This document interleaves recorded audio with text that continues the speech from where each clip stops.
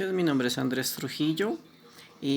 Como tal, yo escogí la empresa en la cual yo estaba trabajando anteriormente, que es una empresa como tal de discotecas, ¿sí? En las cuales se genera demasiado ruido por lo que los recintos son cerrados.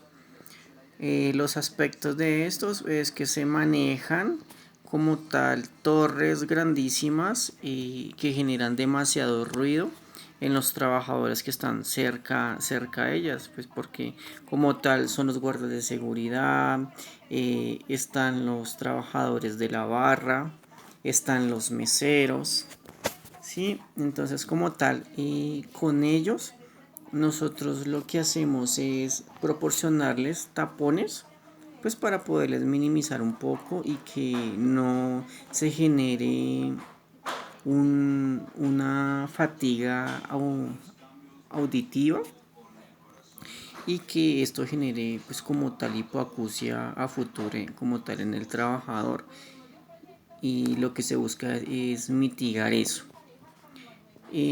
Como tal, esas serían las fuentes de mitigación que se utilizan en la empresa.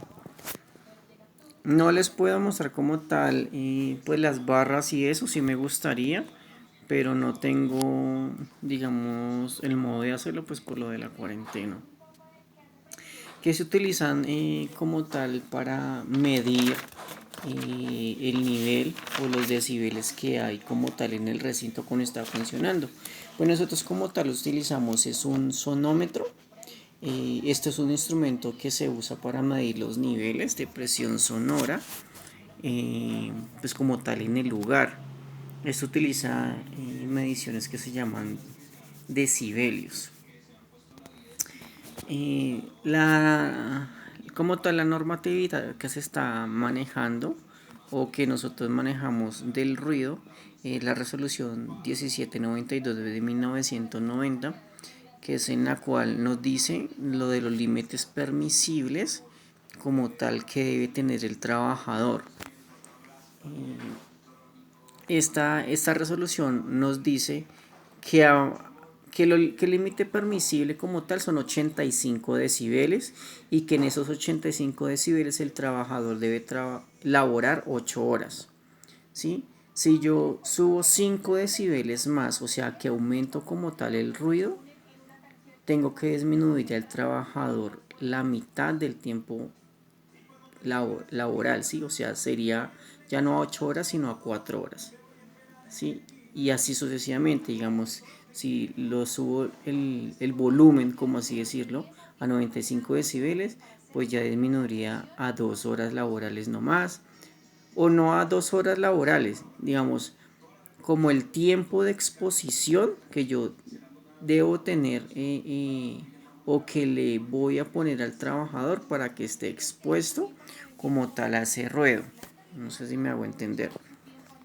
O sea, si yo tengo un trabajador con un límite permisible que son 85 decibeles y ese trabajador, digamos, puede como tal mantenerse en el ruido las 8 horas laborales, ¿sí? Pero si yo al trabajador le empiezo a subir cada 5 decibeles, o sea, le empiezo a subir el volumen, yo le tengo que disminuir el tiempo de exposición a ese trabajador, ¿sí?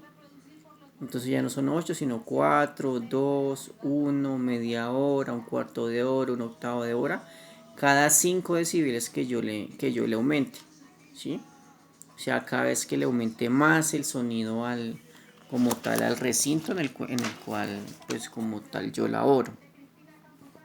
¿Cuáles son los efectos que produce la contaminación auditiva?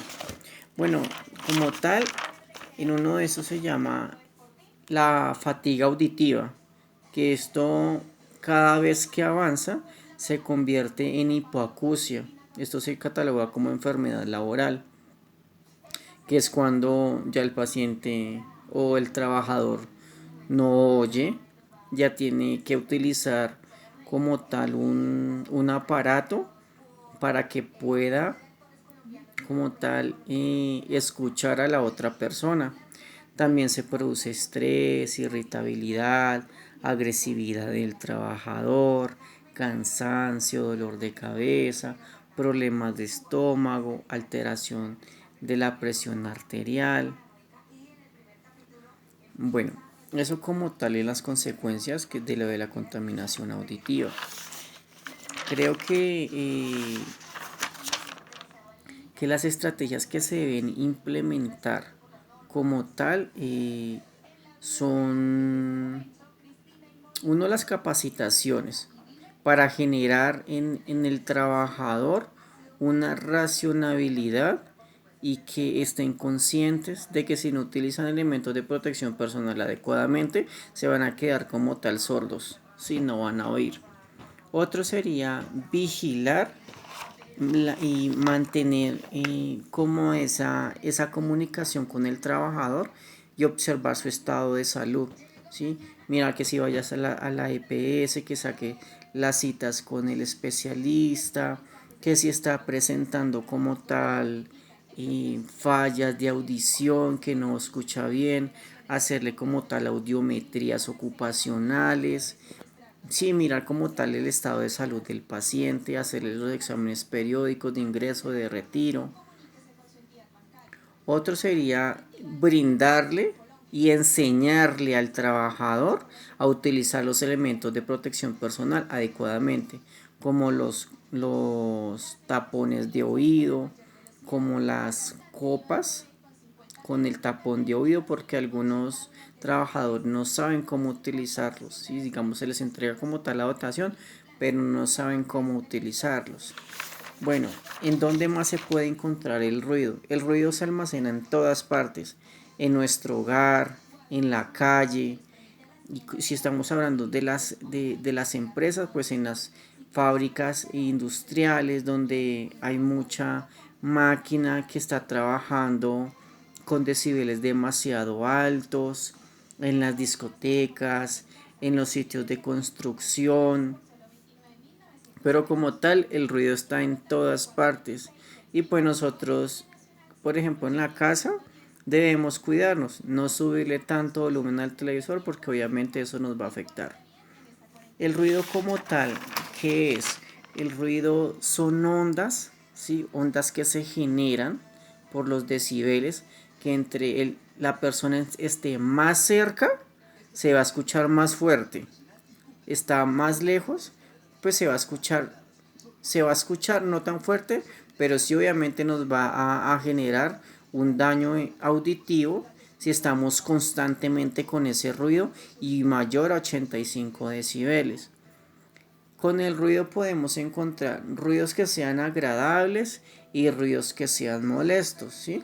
Como tal, eso, pues, eso sí ya depende del gusto de cada uno de nosotros. Bueno, espero que mi explicación sobre el ruido y sobre los límites permisibles pues hayan quedado un poco claros. Espero que haya sido pues fácil mi explicación y las estrategias como tal, las cuales incluí en esta investigación. Bueno, no es más, que tengan buena noche y Dios los bendiga. Un abrazo.